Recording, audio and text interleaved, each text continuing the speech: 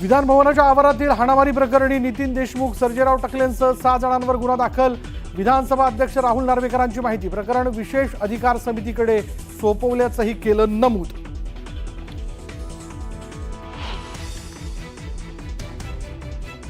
विधान भवनात गुरुवारी झालेल्या राड्या प्रकरणी भाजप आमदार गोपीचंद पडळकरांनी मागितली माफी। विधानसभा अध्यक्षांनी दिलेल्या आदेशानंतर पडळकरांनी व्यक्त केली दिलगिरी।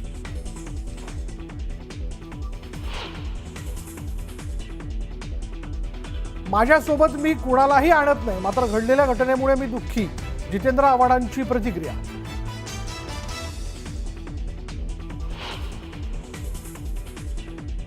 विधिमंडळ परिसरात अधिवेशन काळात फक्त सदस्य, आमदारांचे स्वीय सहाय्यक आणि अधिकाऱ्यांनाच प्रवेश। विधान भवनातील राडा प्रकरणानंतर विधानसभा अध्यक्षांची घोषणा।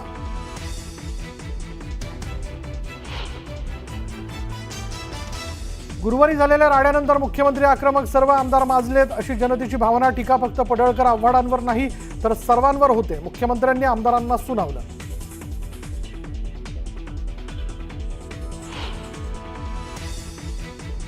आमदार जितेंद्र आव्हाडांवर मरीन लाईन्स पोलीस स्टेशनमध्ये गुन्हा दाखल। सरकारी कामात अडथळा आणल्याप्रकरणी गुन्हा।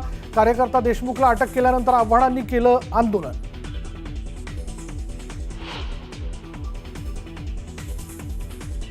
आव्हाडांच्या कार्यकर्त्याला अटक झाल्यानंतर रोहित पवार संतापले। हातवारे करून बोलू नका, आवाज खाली करा। रोहित पवारांचा पोलीस स्थानकातच पारा चढला।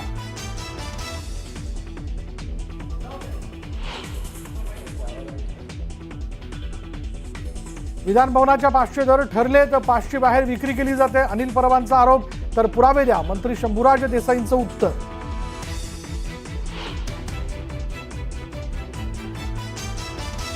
मुस्लिम आणि आयसिस मध्ये जेवढा फरक तोच डावे आणि कडवे डावे यांच्यात आहे। जनसुरक्षा विधेयक डाव्यांच्या विरोधात नाही, मुख्यमंत्र्यांनी केलं स्पष्ट।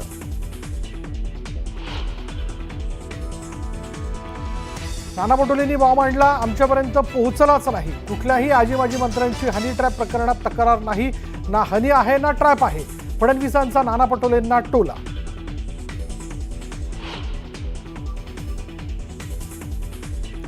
हनी ट्रॅप प्रकरणी तपास यंत्रणा नाशिकमध्ये दाखल। नाशिकमधील वरिष्ठ महसूल अधिकारी अडकल्याची चर्चा।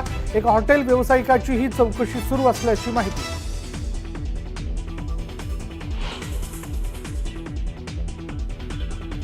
महादेव मुंडेची हत्या, वाल्मिक कराडच्या सांगण्यावरून महादेव मुंडेचा मांसाचा तुकडा 8 दिवस घेऊन आरोपी फिरत होते।